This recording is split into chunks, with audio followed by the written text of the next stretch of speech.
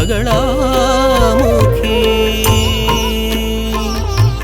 మంగళరూపిణి బగళాముఖి మంగళకారణి బగళాముఖి మంగళదాయని బగళాముఖి మంగళం మంగళం బగళాముఖి.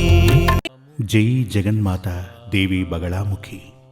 ఓం హ్రీం బగళాముఖి వరదే సర్వసౌభాగ్యప్రదాయిని సమస్త భక్తానాం సర్వాభీష్టం సాధయ సాధయ హ్రీం ఓం స్వాహ.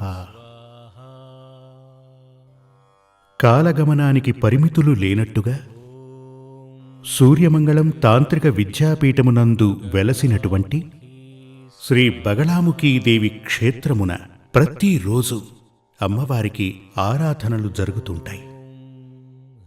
ఇక్కడ 3 కాలాల పూజలు నిర్వహిస్తారు. ఉదయం, మధ్యాహ్నం, అలాగే రాత్రి, అలాగే సాయంత్రం పూట దీపారాధన చేస్తారు. 4 కాలాల పూజలు అని చెప్పవచ్చు. ఇవి చాలా సంవత్సరాలుగా నిర్వహిస్తూ వస్తున్నాం.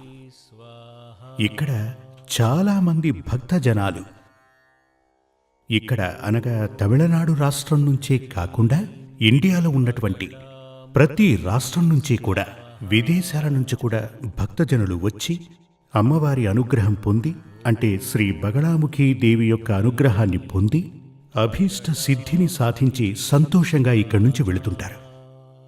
అలా సంతసించిన వారు వారి యొక్క అనుభవాలను ఇక్కడ ఒక రిజిస్టర్లో రాసి మరీ వెళుతుంటారు. మాకు అమ్మవారి అనుగ్రహం చేత మేమనుకున్న కార్యాలలో లబ్ధి పొందాము అని ఒకవేళ మీరు కూడా ఇక్కడికి వస్తే ఈ అనుభవాన్ని పొందవచ్చు. మహా అద్భుతమైనటువంటి అనుభవాలు ఇక్కడ చాలామంది చవి చూశారు. ఇదివరకే మీకు చెప్పాను, గత ఎపిసోడ్లో మీకు దీని గురించి చెప్పాను. దంపతులు పూజలు నిర్వహించి సంతాన యోగాన్ని ఇక్కడి నుంచే పొంది వెళ్లారు. వారి పూజలు ఫలించి సంతాన యోగం కలిగి బిడ్డకు జన్మనిచ్చారు. అంటే ఒక పూజ ప్రారంభించడానికి ముందుగా, నా ఉద్దేశం పూజ ప్రారంభించడానికి ముందు అంటే పరిహార పూజ ప్రారంభించడానికి ముందే తీసినటువంటి ఎపిసోడ్లోనే మీకు ఈ విషయాన్ని నేను చెప్పటం జరిగింది. ఆ పూజ జరిగింది. టెస్ట్ ట్యూబ్ బేబీ చేయించుకోవాలనుకుంటున్నామని వాళ్ళ జాతకం చూసినప్పుడు అవసరం లేదు, కొన్ని పరిహారాలు చేసుకుంటే గనక మీకు సహజంగానే సంతానం కలుగుతుందని కొన్ని పూజలు చేయించి ఆ పరిహార పూజలు చేసిన తరువాత అప్పటికి ఆవిడ కన్సీవ్ కాలేదు. డాక్టర్లేమో సంతాన యోగం కలగదు అని చెప్పారట. పూజ ముగించుకుని వారి జాతకాన్ని క్షుణ్ణంగా పరిశీలించి పరీక్షించి మీకు సంతానయోగం కలుగుతుంది, అది కూడా ఆడపిల్లే పుడుతుంది, ఆవిడికి శ్రీవిద్య అని పేరు కూడా పెట్టండి అని చెప్పాను. ఎందుకు అంటే శ్రీవిద్యాదేవి ఉపాసన, బగళాముఖీదేవి అంటే శ్రీవిద్యే. శ్రీవిద్యాదేవికి 10 స్వరూపాలు, అందులో 3 ప్రధానమైన గుణములు కలిగిన స్వరూపం ఒక్కటే ఉంది, ఆవిడే బగళాముఖి. అంటే శ్రీవిద్య ఉపాసన ద్వారా జన్మించినటువంటి బిడ్డ కనుక తనకు శ్రీవిద్య అని పేరు పెట్టమని చెప్పడం జరిగింది. ఈ మధ్య 10 రోజుల క్రితం ఆవిడ ఆడపిల్లకు జన్మనివ్వటం జరిగిందని చెప్పారు. ఆ బిడ్డకు శ్రీవిద్య అని నామకరణం చేశారు.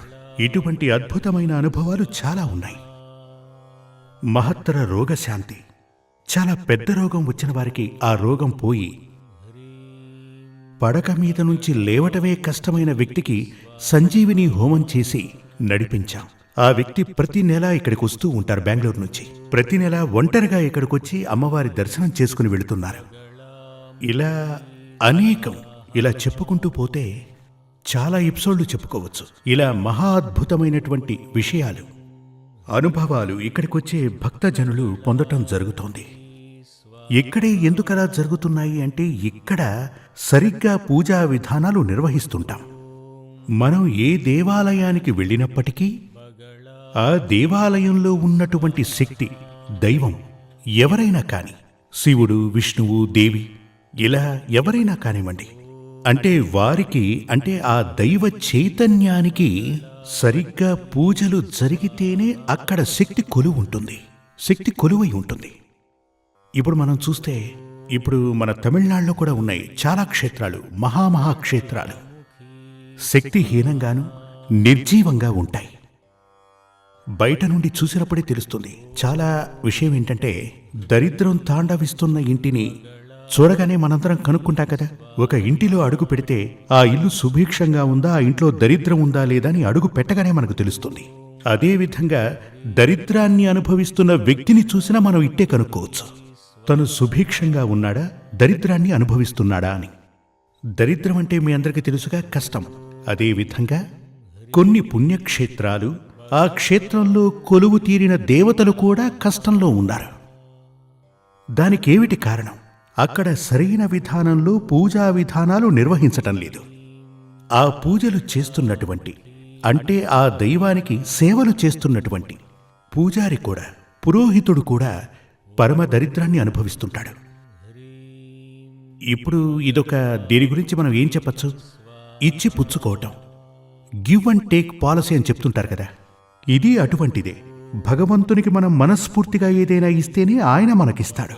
ఉదాహరణకి ఓ దీపాన్ని తీసుకోండి, అందులోని ఒత్తిని పైకి తీసి అందులో నూనె పోస్తేనే దీపం ప్రకాశిస్తుంది. ఆ ప్రకాశమే మనకు దారి చూపుతుంది కదా. లాంతర్, ఆ లాంతర్ వెలగాలంటే ఇప్పుడు లాంతర్లు ఎవరు వాడుతున్నారు? బల్బ్ అని మాట్లాడుకుందాం. ఇప్పుడు కరెంట్ ఉంది, మనకు బాగా వోల్టేజ్ ఉండాలి. ఆ వోల్టేజ్కి సరిపడే బల్బు కూడా ఉండాలి, లేకపోతే ఏమవుతుంది? వెలుగు చాలా హీనంగా ఉంటుంది కదా. అదేవిధంగా దేవుడు ఎవరైనప్పటికీ సరైన విధానంలో పూజా విధానాలు చేస్తేనే ఆ దైవ చైతన్యం ప్రకాశిస్తుంది. అలా శక్తివంతుడైన దేవుడే మనల్ని రక్షించగలడు. అంటే ఏ దేవాలయానికి వెళ్ళినా కొందరు చెప్తుంటారు, అవును స్వామి, నేను చాలా దేవాలయాలకు వెళ్ళాను, ఎటువంటి ఫలితం లభించలేదు అంటారు. ఇలా చూడండి, దేవుళ్ళంతా ఒక్కటే. ముందుగా ఆ విషయాన్ని తెలుసుకోండి. అన్ని దేవాలయాలకు వెళ్ళక్కర్లేదు, ఒక్క దేవాలయానికి వెళితే చాలు, ఒక్కరిని దీక్షగా ధ్యానిస్తే చాలు. అలా ఉన్నప్పుడు మీ కష్టనష్టాలనన్నింటినీ తీర్చేటువంటి బాధ్యత ఆ శక్తి, ఆ భగవంతునికి ఉంటుంది.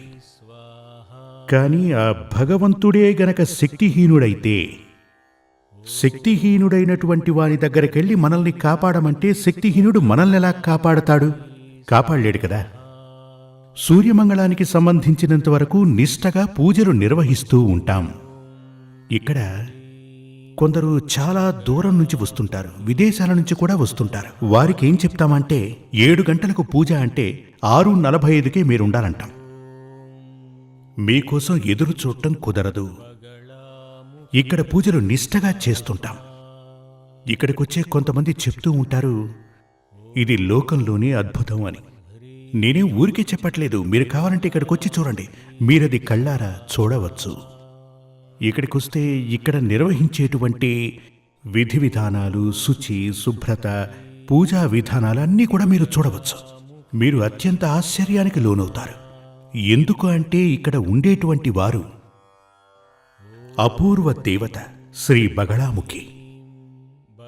శ్రీ బగళాముఖి దేవి. చాలామంది నన్ను అడుగుతూ ఉంటారు, అమ్మవారికి అంత శక్తి, అంత మహత్తే ఉంటే ఎందుకని మరిన్ని దేవాలయాలు లేవు? ఎందుకు అంటే ఆవిడకంటూ కొన్ని విధి విధానాలున్నాయి, వాటిని తప్పనిసరిగా పాటించాలి. లేదు అంటే గనక ఆరాధన చేసే వ్యక్తికే ప్రమాదం వస్తుంది, అంటే పూజారే ప్రమాదంలో పడతాడు. ఇక్కడికొస్తే మీకు అన్ని విషయాలు తెలుస్తాయి. విధి విధానుసారమే ఇక్కడ పూజలు నిర్వహిస్తారు. అలాగన మనిషిగా పుట్టిన ప్రతి ఒక్కరూ శరీర రూపేణా మనిషిగా ఉంటూ మానసికంగా మృగంలా ప్రవర్తించేవాళ్ళు 1,00,000 మంది ఉన్నారు. అలా ఉన్నటువంటి వారికి ఇది అర్థం కాదు. మీకు బుద్ధి ఉండాలి, తెలివి ఉండాలి. అలా ఉన్నట్లయితే తప్పకుండా మీరు ఇక్కడికి వచ్చారంటే ఇక్కడి మహత్తేంటో మీకు అర్థం అవుతుంది. మరో విషయం, ఇక్కడికి వచ్చిన తరువాత మీరు అనుకున్న కార్యాలు ఎందుకు జరుగుతుంటాయి అంటే, మీరు ఏమి చేస్తే, అంటే ఏంటంటే మీకు ఒక ఉదాహరణ చెప్తాను. ఇప్పుడు హాస్పిటల్కి వెళుతూ ఉంటాం. ఆ హాస్పిటల్కి వెళ్ళిన వాళ్ళందరికీ వ్యాధి నయమవుతూ ఉంటుంది. దానికి కారణం ఏమిటి? అక్కడున్నటువంటి వైద్యుడు రోగమేమిటో తెలుసుకుని దానికి కావలసిన మందులు ఇస్తున్నాడని అర్థం. అదేవిధంగా ఇక్కడికి వచ్చిన వారు, ఇప్పుడు వ్యక్తి వచ్చి మాకు సంతాన యోగం లేదు స్వామి, పూజ చేయండి అంటే మేము పూజలు చెయ్యం. ముందు నీ జాతకాన్ని తీసుకురా, అందులో నీకు సంతాన యోగం ఉంటే గనక, అసలు సంతాన యోగమే లేదా ఈ విషయం జాతకం చూస్తే తెలుస్తుంది. సంతాన యోగం లేకపోతే ఎటువంటి పూజలు చేసినా ఏ ప్రయోజనము ఉండదు. ఇది అర్థం చేసుకోండి. సంతానయోగం ఉంది, కానీ దానికి చాలా అడ్డంకులున్నాయి. ఆ అడ్డంకులు తొలగిస్తే సంతానయోగం కలుగుతుంది అంటే పూజలు నిర్వహిస్తే దానికి ఫలితం లభిస్తుంది. ఆ విధంగా మీరు చాలా మ్యాగజైన్స్లో అంటే వీక్లీ ఇలాంటి పత్రికల్లో మీరు చూస్తూ ఉంటారు. చాలామంది జాతకాలు చెప్తూ ఉంటారు. మీరు నా దగ్గరికి రండి, మీకున్న దోషాలన్నీ నివృత్తి చేస్తాను అంటారు. విద్యా విజయ యంత్రాన్ని పెట్టుకోండి, మీరు విద్యలో భాసిల్లుతారు అంటారు. ధనాకర్షణ యంత్రాన్ని పెట్టుకోండి, మీరు ధనవంతులవుతారు అని చెప్తూ ఉంటారు. అలాంటివన్నీ ఊరికే మిమ్మల్ని మోసం చేయటానికే. ఒకటి జాతకంలో నేను ఇదివరకే మీకు చెప్పాను, ఒకరి జాతకంలో దరిద్ర యోగం ఉంటే కనుక అతను తన ఇంట్లో వేల కొద్దీ యంత్రాలు ఎన్ని పెట్టుకున్నా దరిద్రం ఉండి తీరుతుంది. దానిని మార్చటం కుదరదు. కానీ మీ జాతకంలో ఆ యొక్క ధనభాగ్య యోగం గనక మరుగున పడి ఉంటే, ధనభాగ్య యోగం మీకు ఉంది కానీ అది మరుగున పడి ఉంది. అలా ఉన్నటువంటి వారు పరిహారాలు చేసుకుని ఈ యంత్రాన్ని ఉంచుకుంటే ఫలితం లభిస్తుంది. ఇప్పుడు చూడండి, మీ అందరికీ అర్థమయ్యేలా ఓ ఉదాహరణ చెప్తాను. నేను కళ్ళజోడు పెట్టుకున్నాను. ఇప్పుడు నన్ను చూస్తున్నటువంటి మీలో కొందరు కళ్ళజోడు పెట్టుకుని ఉంటారు. నేను గనక ఈ కళ్ళజోడు తీసేశాను అంటే ఓ బుక్ చూస్తే నాకు ఏమీ కనపడదు. అంటే ఏదీ పూర్తిగా క్షుణ్ణంగా కనపడదు. నేను 3వ క్లాసులో ఉన్నప్పుడు, అంటే నేను 3వ తరగతి చదువుతున్నప్పుడు నాకు కళ్ళజోడు తీయించారు నా తల్లిదండ్రులు, మా అమ్మ నాన్న. నేను పోస్ట్ గ్రాడ్యుయేషన్ కంప్లీట్ చేశాను. అంటే నా తల్లిదండ్రులు కొంత తెలివైన వారు కాబట్టి ఓ మంచి డాక్టర్ దగ్గరికి తీసుకెళ్లి నాకు కళ్ళు చెక్ చేయించిన తరువాత నాకు ఈ కళ్ళజోడు తీయించారు. నేను బాగా చదవగలుగుతున్నాను, అలాగే పీజీ కంప్లీట్ చేశాను. నా తల్లిదండ్రులకు గనక తెలివి లేకపోతే మా అబ్బాయికి కళ్ళు కనపడడం లేదని బాధపడేవాళ్ళు, నేను మాత్రం అంధుడిగా మిగిలిపోయేవాణ్ణి. కానీ అందుకని ఈ యొక్క కళ్ళజోడు చూపే లేనటువంటి వ్యక్తికి పెడితే ఉపయోగం ఉంటుందా? ఉండదు కదా. కనుచూపు లేని వ్యక్తికి నా కళ్ళజోడిచ్చి పెట్టుకోనాయనా అంటాను. ఎలాంటి ఉపయోగం లేదు. అదేవిధంగా ముందు నుంచే నా కంటికేదో ప్లస్ పాయింట్ ఉంది, కానీ కొన్ని అడ్డంకులున్నాయి. ఆ అడ్డంకులు తొలగడానికి కొన్ని మెడిసిన్స్ తీసుకుని కళ్ళజోడు పెట్టుకునేసరికి 100% నాకు యూజ్ అయింది. అదేవిధంగా మీ జాతకాన్ని పరిశీలించాలి. జ్యోతిష్య శాస్త్రం తెలిసిన వాళ్లే చూడాలి. ఊరికే అలా జాతకాన్ని పట్టుకుని కొంతమంది ఎన్నో రకాల సంబంధాలు చూశాము స్వామి, ఇప్పుడేమో పెళ్లి చేసుకుంటే వాళ్ళిద్దరూ కోర్టుకు వెళ్లారని నా దగ్గరికి చాలామంది వస్తుంటారు. ఎప్పుడు కూడా జాతకం అని చెప్పబడేది మన తలరాతే, మన గమ్యం. దాన్ని తీసుకెళ్లి మూఢుల చేతిలో పెట్టకండి. తెలిసిన వ్యక్తికి గనక మీరు ఆ జాతకాన్ని చూపిస్తే మనకు యోగాలు ఉన్నాయా, అసలు యోగ భాగ్యం ఉందా, ఏం చేస్తే ఆ యోగాలు లభిస్తాయని మనకు తెలుస్తుంది. అలా కార్యసిద్ధితో ఇక్కడికి వచ్చేవారికే కార్యాలు విజయవంతం అవుతున్నాయి, అనుకున్న పనులు జరుగుతున్నాయి. అదొక్కటే కాదు, దేవతలకే దేవత అయినటువంటి మహాదేవి ఉంది కదా. ఇప్పుడు మీ అందరికీ తెలిసే ఉంటుంది, ఈ కేసులవి నడుపుతుంటారు కదా. జిల్లా court, sessions court, high court, supreme court అని పైదాకా వెళుతుంటారు కదా.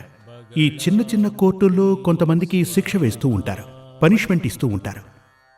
హైకోర్టుకు వెళితే ఏం జరుగుతుంది? హైకోర్టులో ఇంకేముంది, సరే పనిష్మెంట్ ఇస్తూ ఉంటారు. సుప్రీంకోర్టుకు వెళితే ఆ కేసుని కొట్టేస్తారు కదా.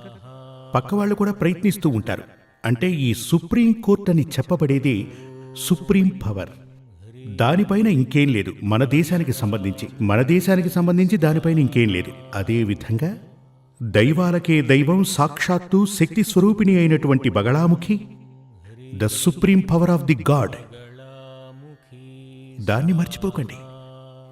ఏ విధినైనా మార్చగలిగే శక్తి ఆవిడకుంది, ఆ అమ్మవారికి ఉంది. ఆవిడనే శరణు కోరితే మరొకరిని శరణు వేడుకోవలసిన అవసరం లేదు. జై జగన్మాతాదేవి బగళాముఖి. నేను చెప్పేది మీకు అర్థం కావాలి. జగన్మాత అయినటువంటి ఆ పరాశక్తే నాలో ఉండి ఇలా మాట్లాడిస్తోంది, మిమ్మల్ని వినేలా చేస్తోంది. ఆ తల్లి నేను చెప్పేది మీ అందరికీ అర్థమయ్యేలా మీకు అనుగ్రహం చూపాలి. జై జగన్మాత దేవి బగళాముఖి. శ్రీ సూర్యమంగళం అద్వైత వేద విద్యాపీఠంలో తాంత్రిక పూజల్లో సిద్ధహస్తులైన ఎందరో ఆచార్యులు అమావాస్య, పౌర్ణమి రోజుల్లో ప్రత్యేక యాగాలు నిర్వహిస్తారు. ఈ యాగాల్లో పాల్గొనడం ద్వారా తల్లి శ్రీ బగళాముఖీదేవి అనుగ్రహం వల్ల సర్వదోషాలూ పోయి సకల సౌభాగ్యాలు మనకు కలుగుతాయి. శ్రీ సూర్యమంగళం అద్వైత వేద విద్యాపీఠం జ్యోతిష్యం, ప్రశ్నలు, వాస్తు, తాంత్రిక పూజలు మరియు వేదయాగాలు నిర్వహిస్తారు. సంప్రదించవలసిన నంబర్ 7305442299 7305442299. చెన్నై, కోయంబత్తూర్, బెంగళూరు, హైదరాబాద్, విజయవాడ, ఢిల్లీ, ముంబై, తిరునల్వేలి, టెక్సాస్.